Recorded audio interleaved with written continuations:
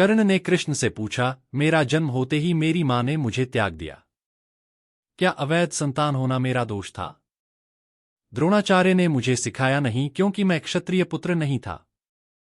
परशुराम जी ने मुझे सिखाया तो सही, परंतु श्राप दे दिया कि जिस वक्त मुझे उस विद्या की सर्वाधिक आवश्यकता होगी, मुझे उसका विस्मरण होगा, क्योंकि उनके अनुसार मैं क्षत्रिय नहीं था। केवल संयोगवश एक गाय को मेरा बाण लगा और उसके स्वामी ने मुझे श्राप दिया, जबकि मेरा कोई दोष नहीं था। द्रौपदी स्वयंवर में मेरा अपमान किया गया। माता कुंती ने मुझे आखिर में मेरा जन्म रहस्य बताया भी तो अपने अन्य बेटों को बचाने के लिए। जो भी मुझे प्राप्त हुआ है दुर्योधन से ही हुआ है, तो अगर मैं उसकी तरफ से लड़ूं तो मैं गलत कहाँ हूं? कृष्ण ने उत्तर दिया, कर्ण, मेरा जन्म कारागार में हुआ।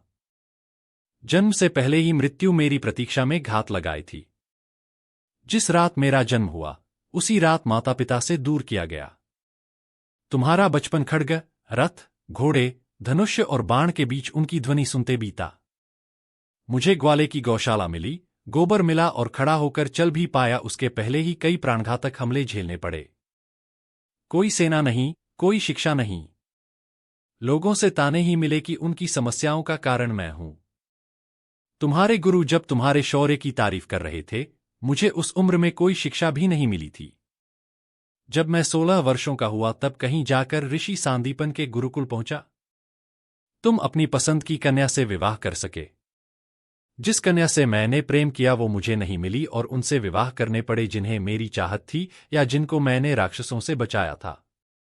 मेरे पूरे समाज को यमुना के किनारे से हटाकर एक दूर समुद्र के किनारे बसाना पड़ा, उन्हें जरासंध से बचाने के लिए। रण से पलायन के कारण मुझे भीरू भी कहा गया। अगर दुर्योधन युद्ध जीतता है तो तुम्हें बहुत श्रेय मिलेगा।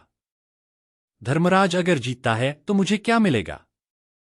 मुझे केवल युद्ध और युद्ध से निर्माण हुई समस्याओं के लिए दोष दिया जाएगा।